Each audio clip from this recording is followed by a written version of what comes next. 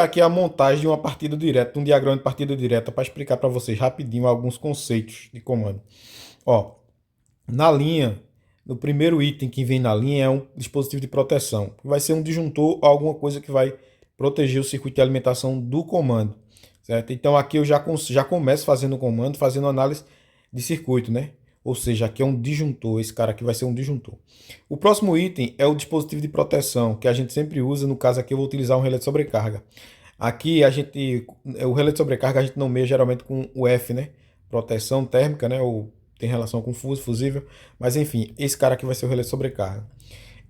A sequência dos contatos na linha de alimentação da bobina vai ser uma verdade que é imutável. Por conta de quê? Por conta da condição elétrica.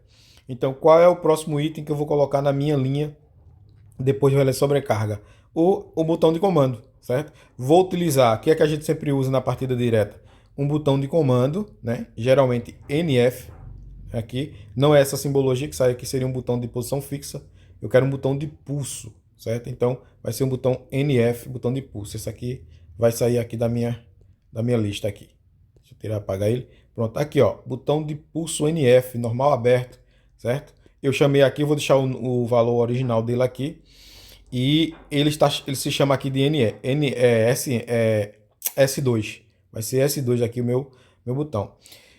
O que acontece aqui? O que é que determina essa sequência? Justamente a lógica elétrica. Ou seja, eu tenho que garantir que todos os componentes estejam em série, né? Para que uma condição dependa da outra. Tudo isso aqui ó, vai determinar a energização de quem? Da finalidade, do fim, que é a bobina, né? Então, o próximo item que eu vou utilizar aqui é uma botoeira, um botão NA, né? No caso seria esse cara aqui, não esse cara aqui. Isso aqui é a simbologia de fim de curso, né? Deixa eu apagar aqui. Aqui, ó, S3, né? S3 vai ser o meu próximo contato da sequência, certo? Então, ó, o que eu tenho que fazer aqui? Eu tenho uma sequência de componentes eletricamente organizados. Para quê? Para a combinação desses contatos determinar situações, determinar condições, né? Então, qual é o próximo item aqui a ser adicionado aqui na minha partida direta? É só o princípio de entendimento e conhecimento para vocês entenderem. Esse circuito aqui é a parte de comando, né? A gente sabe que o circuito de comando ele é independente do circuito de força. Então vamos lá, eu vou procurar aqui, ó, a minha finalidade. Qual é a finalidade dessa sequência lógica aí? É justamente, ó, energizar a bobina de um contator, né? Que eu vou chamar de K1, certo? Então, ó, a sequência lógica. A próxima coisa que eu vou colocar aqui é a representação de quem? Da fonte, né? A alimentação. Esse comando eu vou alimentar ele com uma tensão contínua. Então eu vou utilizar uma fonte de corrente contínua, certo? Então eu vou colocar a fonte aqui para a gente poder, vou girar ela, né? A fonte, dar rodar aqui, ó, ela ficar nessa posiçãozinha aqui, pronto. Aqui, ó, o sinal da fonte, ou seja, o borne de conexão da fonte. Agora eu vou colocar o menos, né? Porque toda fonte vai ter que ter a diferença de potencial, menos e mais. Então tá aqui. Ó, toda essa sequência que eu montei aqui é justamente para garantir o quê? A energização de uma bobina de K1. Mas por que eu devo utilizar um contator, né? Em que situação eu devo utilizar um contator? Qual a principal finalidade? A principal finalidade do comando elétrico é justamente o quê? Transferência de potência e lógica de acionamento. Ou seja, eu criar uma combinação lógica para que eu automatize, por exemplo, a sequência de acionamento de um fechamento de motor, por exemplo, né? Então o comando ele surgiu com a finalidade de controlar motor. Por quê? Ó, eu tenho aqui a relação, o comando ele em si, ele não tem uma relação direta, a parte de comando não tem uma relação direta elétrica com a parte de força, né? Por exemplo, a parte de força não tem relação elétrica praticamente nenhuma com a parte de comando. A relação entre o comando e o circuito de força é magnética, ou seja, eu energizo uma bobina, que é esse cara aqui, né? A partir da energização dessa bobina, eu vou produzir um campo eletromagnético e esse campo eletromagnético vai magnetizar uma estrutura metálica e vai gerar o quê? Um fechamento. Esse fechamento vai permitir que contatos com uma robustez maior sejam capazes de conduzir correntes maiores. Ou seja, eu consigo energizar um circuito de alto potencial com uma corrente mínima e não exponho a pessoa que está tendo contato com, com as botoeiras, por exemplo, ó, a uma corrente muito alta ou a uma tensão muito alta, certo? Então, ó, eu vou simular o comando do jeito que está aqui, só para vocês terem uma ideia. Outra coisa que eu quero chamar a atenção, não é, não não aprenda comandos elétricos simulando com simuladores. Tente imaginar a funcionalidade do comando na mente. Tente ler o comando, interpretar a lógica do comando mentalmente, porque isso vai ajudar você a aprender a desenvolver e também a criar comandos e resolver problema. Certo? Então aqui, ó, eu criei aqui uma linha de comando. É claro, né? Aqui é o disjuntor. Uma vez eu fechando o disjuntor, ó, como eu tenho contatos NF aqui, todos os contatos daqui para baixo, ó, toda a área aqui vai ficar energizada, porque meus contatos o quê? São NF. O que é um contato NF? Normal fechado, condição de repouso, ou seja, sem sofrer ação. Né? Quando ele sofre ação, ele abre. Então ele é o contrário, né? Aquele contato que quando sofre ação, abre, né? Então ó, aqui, ó, o contato S2 aqui, ó, tô abrindo, ele sofre uma ação para poder mudar o seu estado. Esse cara aqui é o relé de sobrecarga, né? Que ele não vai abrir porque eu não estou simulando, não tem um relé de sobrecarga na parte de potência aqui. Mas enfim, esse cara aqui representa o relé de sobrecarga. Se houver uma sobrecarga, ele vai fechar, abrir o contato, gerando aqui uma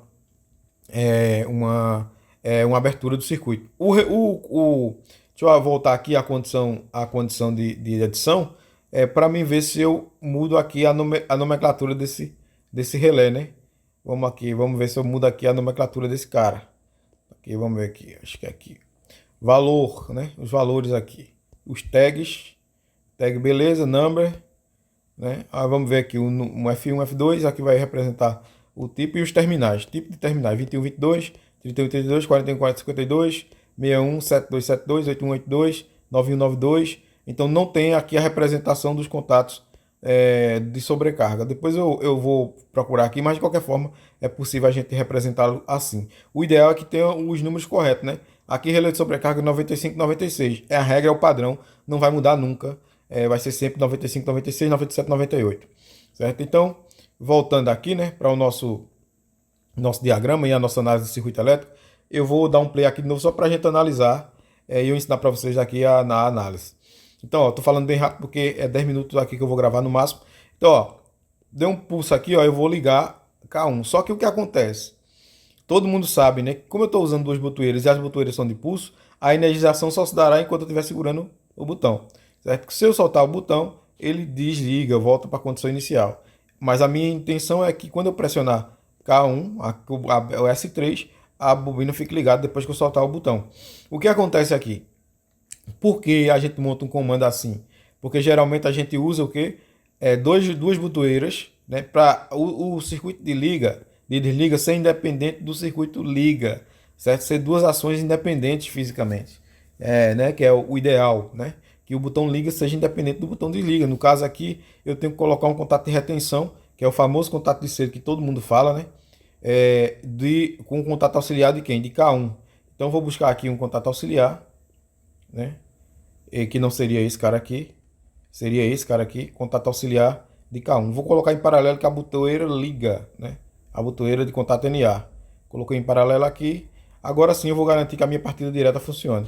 Ó, como eu sempre falo, tentem memorizar o circuito, não tentem pensar no circuito, ele não com simulador, tente aprender a fazer a leitura eletricamente falando, mentalmente, sem fazer simulação. Ó, deu um pulso, liguei, mantive K1 ligado pelo seu próprio contato, pela sua própria retenção. Todo mundo fala desse contato auxiliar, contato de retenção, contato de selo, não sei o que, tal. Muita gente tem muita dificuldade inicialmente para entender isso aqui, porque não aprendeu o princípio e o princípio do comando, o lógico do comando, certo? Não tem complexidade. Ó, o que acontece? Quando eu energizo essa área aqui, ó, até aqui, eu garanto que fica a energia disponível aqui, ó, nesse ponto, para mim ligar o contator, né? Ó, fica energia disponível nesse ponto. Uma vez eu dando um pulso aqui, ó, eu corto a alimentação aqui, desmagnetizo a bobina e naturalmente ela vai abrir o contato auxiliar dela mesma. Então vai cortar a alimentação da bobina dela. Um autodesligamento, um autodesligamento. Então não tem necessidade de ter essa dificuldade para entender uma partida direta. Mas a gente sempre começa com comandos elétricos dando essa aula, porque facilita na primeira compreensão.